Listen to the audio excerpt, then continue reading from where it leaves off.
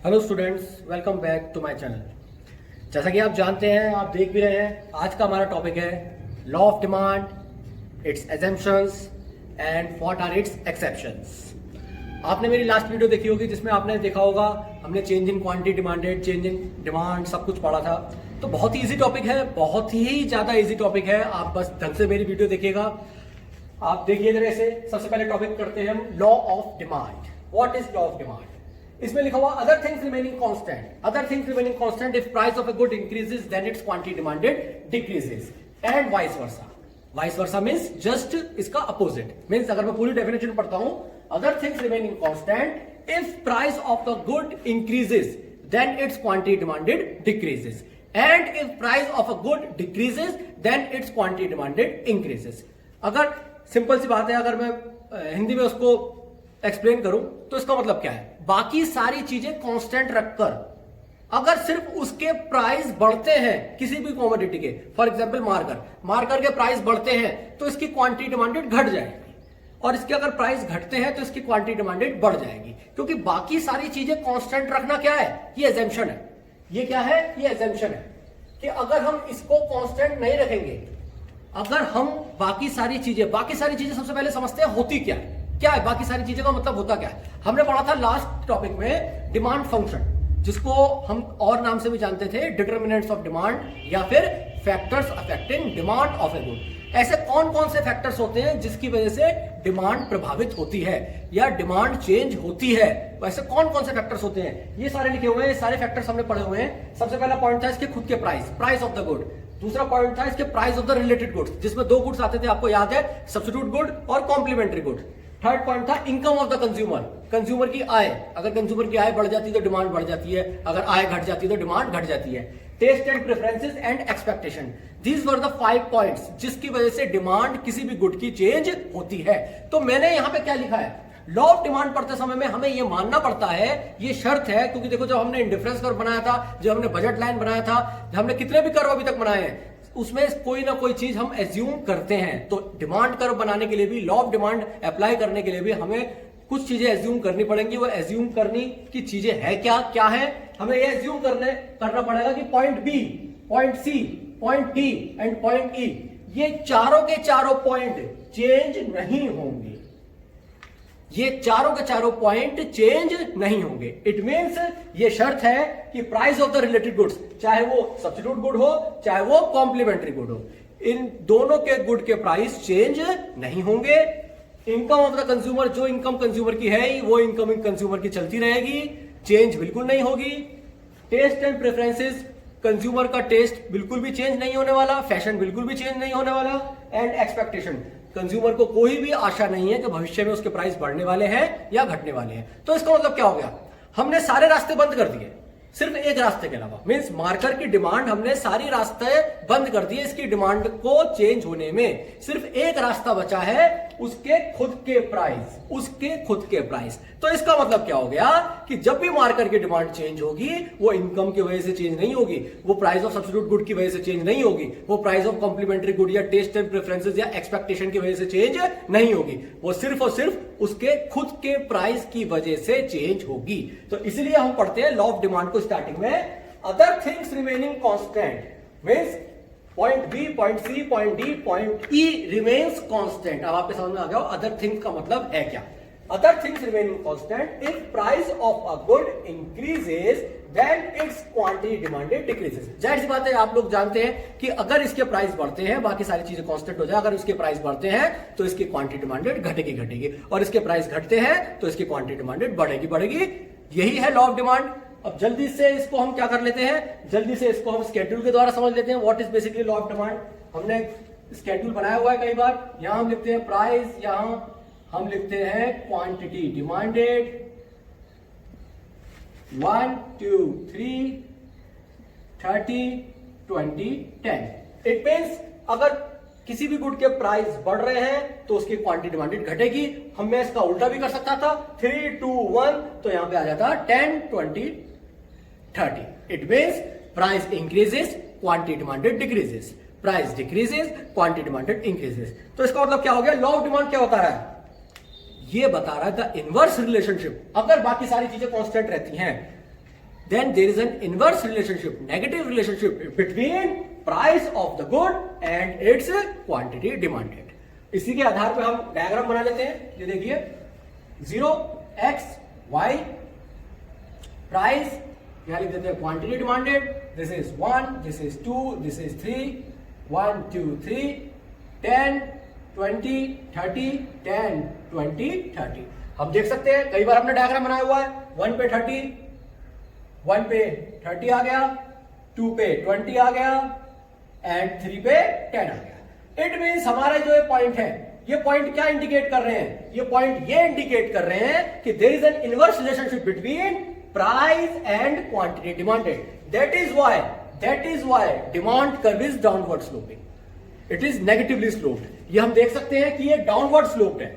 ये कारण क्या है इसका? क्योंकि प्राइस और क्वांटिटी डिमांडेड के बीच में नेगेटिव रिलेशनशिप है. और ये हमें बताया किसने? ये हमें बताया law of demand. I hope आपको लॉ ऑफ डिमांड क्लियर हो गया होगा. What is law of demand? भाई बाकी सारी चीजें कांस्टेंट रख के, स्थिर रखकर, अगर प्राइस बढ़ते हैं तो क्वांटिटी डिमांडेड यकीनन घटेगा, और प्राइस घटाते हैं तो क्वांटिटी डिमांडेड यकीनन बढ़ेगा. बहुत ही सिंपल टॉपिक है. साथ ही साथ में हमने assumptions भी पढ़ लिए इसके. What are the assumptions? assumption क्या है?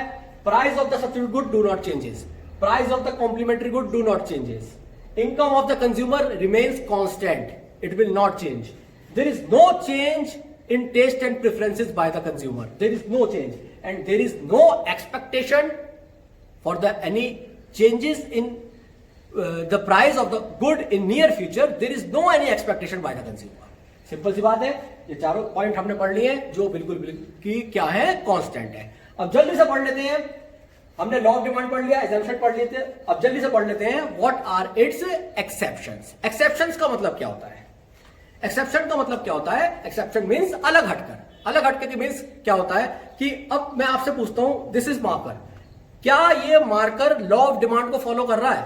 What is basically law of demand? आपने अभी समझ लिया है. अगर मैं पूछता हूं आपका क्या ये लॉ ऑफ डिमांड फॉलो कर रहा है, तो आप यकीनन कहेंगे बिल्कुल कर रहा है.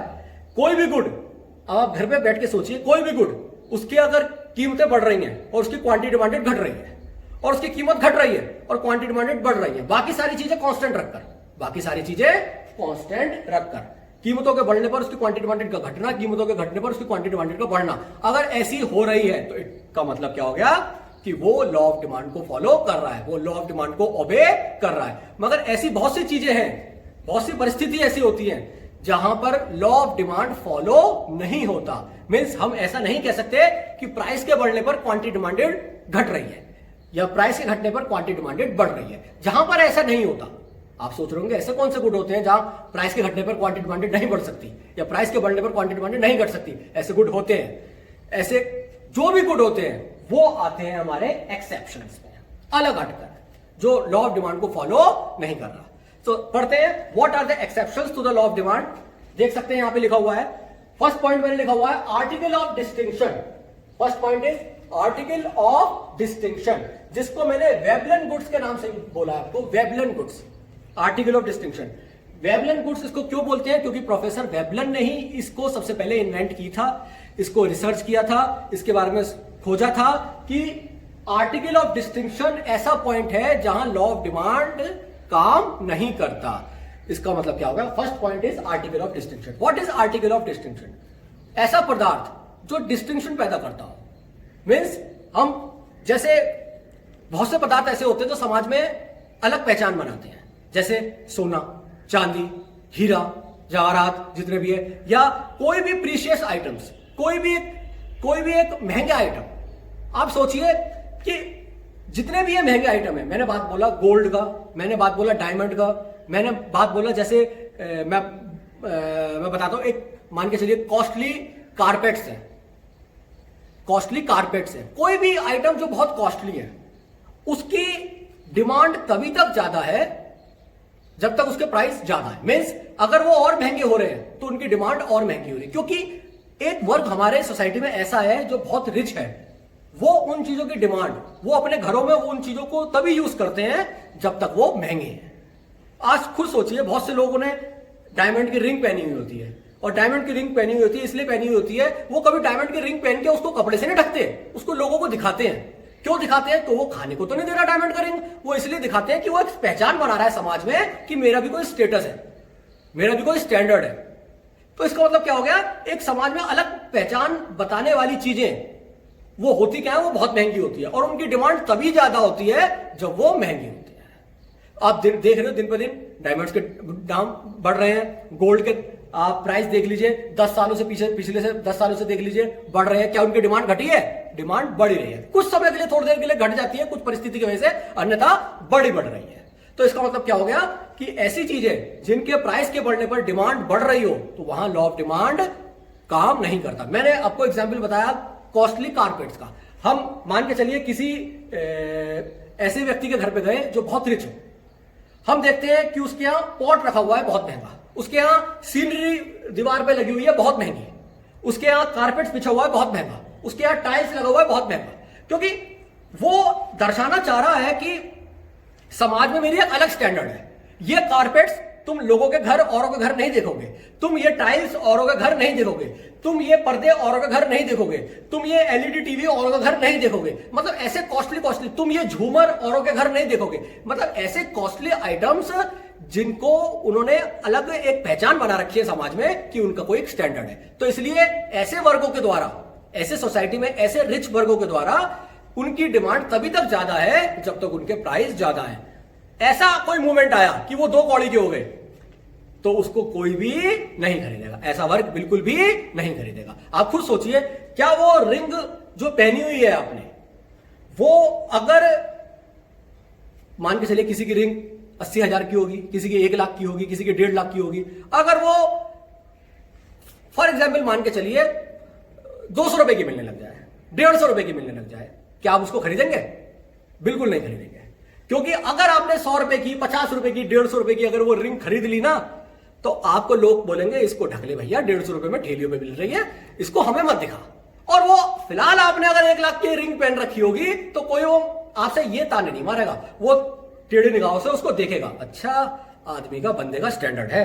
अगर किसी ने हीरे जवाहरात पहन रखे, आपने देखो लेडीजों को बहुत शौक है ज्वेलरी पहनने का, और ज्वेलरी पहन के कभी वो शॉल से नहीं ढकते, वो लोगों को दिखाते हैं, वो इसलिए दिखाते हैं कि मेरे पास है, कि मेरी एक पहचान है, मेरा एक स्टैंडर्ड है, और वो स्टैंडर्ड कौन शो कर रहा है? वो शो कर रहा है। तो ऐसी चीजें उनको बोलते हैं हम आर्टिकल ऑफ डिस्टिंक्शन, जहां लॉ ऑफ डिमांड काम नहीं करता।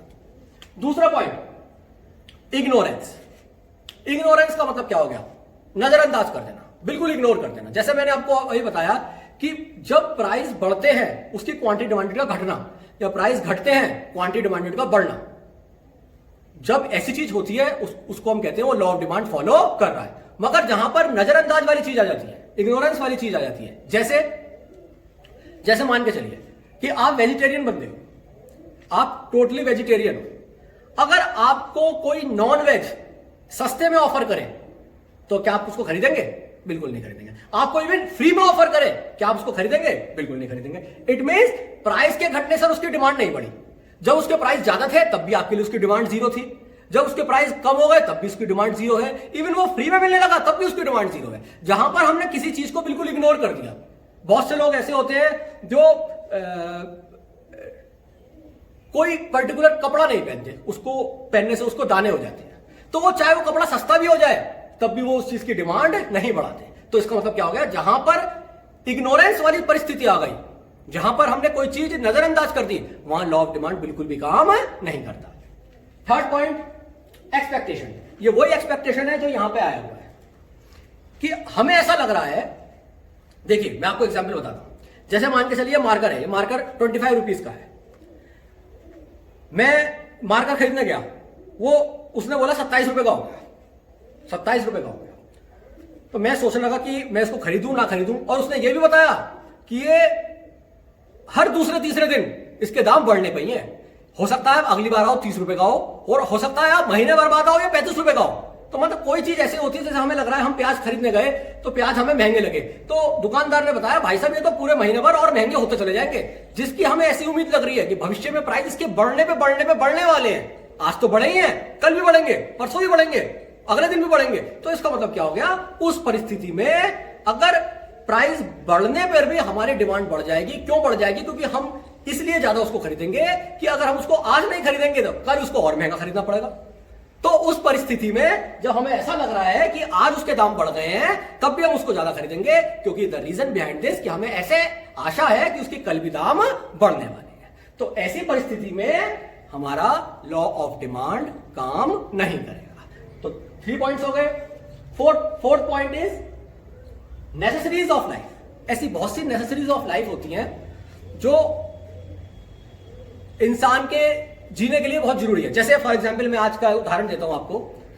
बहुत से व्यक्ति ऐसे हैं जो इनकी हेल्थ अच्छी नहीं है, बुजुर्ग व्यक्ति हैं, बहुत से लोग जिनके लिए दवाई बहुत जरूरी है। एक बार के लिए एक टाइम का खाना ना खाएं वो, मगर दवाई नहीं छोड़ सकते। तो वो क्या हो गया, आज के टाइम पे नेसेसिटी ऑफ लाइफ हो गया।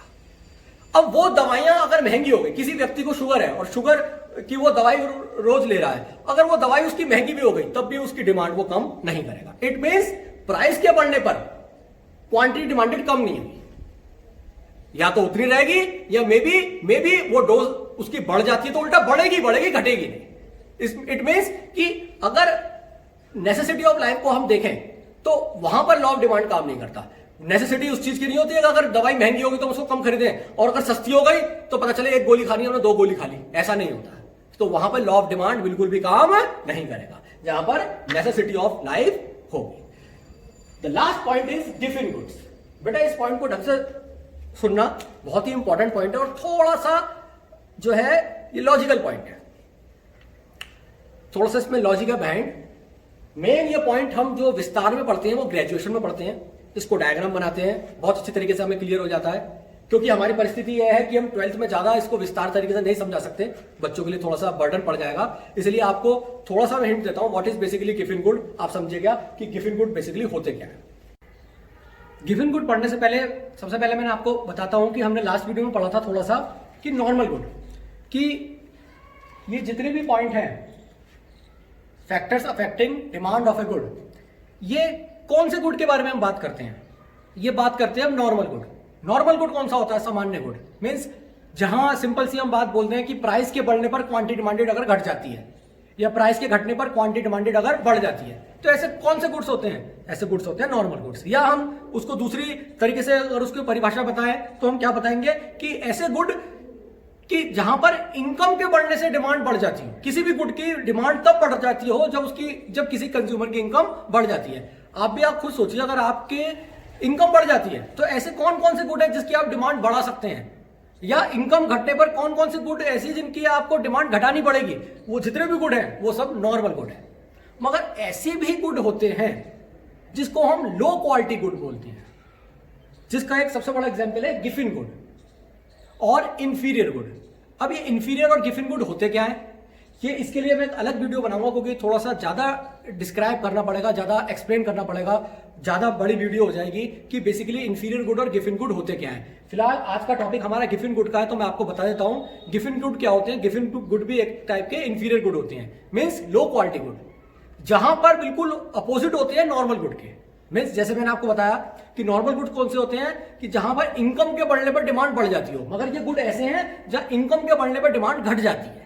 लो क्वालिटी गुड है, जब इंसान की इनकम बढ़े, किसी व्यक्ति की, किसी कंज्यूमर की इनकम बढ़ेगी तो लो क्वालिटी गुड को वो कम खरीदेगा, तो उसकी डिमांड, लो क्वालिटी गुड की डिमांड घट जाएगी। तो low quality good, cheap good की जगह मैं क्या वर्ड यूज कर रहा हूं? गिवन गुड वर्ड यूज कर रहा हूं। और इनकम के घटने पर हम लो क्वालिटी गुड की तरफ जाएंगे, इसका मतलब गिवन गुड की डिमांड बढ़ जाएगी। या अगर मैं लॉ ऑफ डिमांड के हिसाब से बात करूं कि लॉ ऑफ डिमांड क्या बताता है? लॉ ऑफ डिमांड बताता है प्राइस के बढ़ने पर क्वांटिटी डिमांडेड का घटना और प्राइस के घटने पर क्वांटिटी डिमांडेड का बढ़ना। क्योंकि गिवन गुड एक तरह के, मैंने आपको बताया, इंफीरियर गुड होते हैं। इंफीरियर गुड मतलब लो क्वालिटी गुड, जो इंफीरियर के भी इंफीरियर है, मींस बहुत लोएस्ट क्वालिटी गुड है, बहुत ही लोएस्ट क्वालिटी गुड। जैसे बहुत से गुड ऐसे होते हैं जिसको हम 60 रुपए किलो परचेज करते हैं, उसको हम नॉर्मल मानते हैं, और बहुत से उसी गुड्स को हम 30 रुपए किलो भी ले सकते हैं। जैसे मैं चावल की बात बोलता हूं, चावल 60 रुपए किलो में, 70 रुपए किलो में एक अच्छा चावल आ जाता है।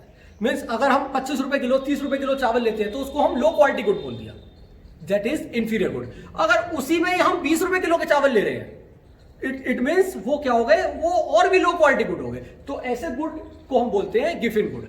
अब ऐसे गिवन गुड, मैं इंफीरियर गुड की बात नहीं कर रहा, मैं गिवन गुड की बात कर रहा हूं जो बहुत ही ज्यादा लोअर क्वालिटी के हैं। ऐसे गुड लॉ ऑफ डिमांड को फॉलो नहीं करते हैं। क्यों नहीं करते? क्योंकि इनकी थोड़ी सी भी प्राइस में बढ़ोतरी, इनकी एक तरह का स्टैंडर्ड बढ़ा देती है। जब इनकी स्टैंडर्ड बढ़ा देती है तो बहुत से व्यक्ति, बहुत से लोग, क्योंकि पहले वो उसको इसलिए नहीं ले रहे थे क्योंकि वो बहुत सस्ते थे, तो लोगों के दिमाग में साइकोलॉजिकल है कि बहुत ही सस्ता है तो वो क्वालिटी बहुत ही खराब है, इवन उसमें हो सकता है कीड़े भी फिर रहे हो। मगर जैसे ही उसके थोड़े से प्राइस बढ़ गए तो उसकी डिमांड थोड़ी सी बढ़ गई। इट मींस उस लोअर क्वालिटी गुड के, गिफिन गुड के हल्के से प्राइस बढ़ने पर उसकी जब डिमांड बढ़ जा रही है, थोड़ी सी डिमांड बढ़ जा रही है, तो इसका मतलब क्या है, वो लॉ ऑफ डिमांड को फॉलो नहीं कर रहा है, लॉ ऑफ डिमांड अप्लाई उस पर नहीं हो रहा है। तो दीज आर द 5 पॉइंट्स जो हम कह सकते हैं, these are the exceptions to the law of demand. और मेरी बहुत जल्दी वीडियो आएगी गिफिन गुड्स के ऊपर बारे में बताने के लिए, what are basically Giffen goods, what are inferior goods, इसके डिफरेंस क्या होते हैं, आपको बिल्कुल अच्छी तरीके से क्लियर हो जाएगा। फिलहाल क्योंकि हमें इतना क्लियर नहीं करना, हमें सिर्फ एक्सेप्शन के बारे में पढ़ना है, इसलिए मैंने आपको जरा सी ही उस चीज के बारे में नॉलेज दी है। आई होप आपको वीडियो समझ में आ गई होगी, आपको लॉ ऑफ डिमांड समझ में आ गया होगा, आपको एजम्पशन समझ में आ गया होगा और आपको एक्सेप्शंस भी समझ में आ गया होगा। बस आपको कुछ नहीं करना, इस वीडियो को 1-2 बार देखिए, 1-2 बार देखने के बाद थोड़ा सा कामली अकेले में सोचिए, क्या मुझे समझ में आया, क्या मैं इस चीजों से संतुष्ट हूं, क्या मुझे इस चीजों के बारे में कोई डाउट नहीं है। अगर डाउट हो कमेंट बॉक्स में पूछिए, और वैसे छुटमुट जो डाउट होंगे, वैसे तो होंगे नहीं, छुटमुट जो भी डाउट होंगे वो मैं आपको नोट्स में क्लियर कर दूंगा। और तब भी कोई डाउट हो मुझे मैसेज कीजिए, मुझे कॉल कीजिए, जो मेरा नंबर नहीं जानते वो कमेंट बॉक्स में लिखिए, मैं आपकी सारी प्रॉब्लम को सॉल्व करने के लिए 100% कोशिश करूंगा। आई होप आपको वीडियो अच्छी लगी होगी। वीडियो अच्छी लगे तो लाइक करना मत भूलिएगा और वेट कीजिएगा मेरी नेक्स्ट वीडियो का। आज के लिए इतना ही, थैंक यू।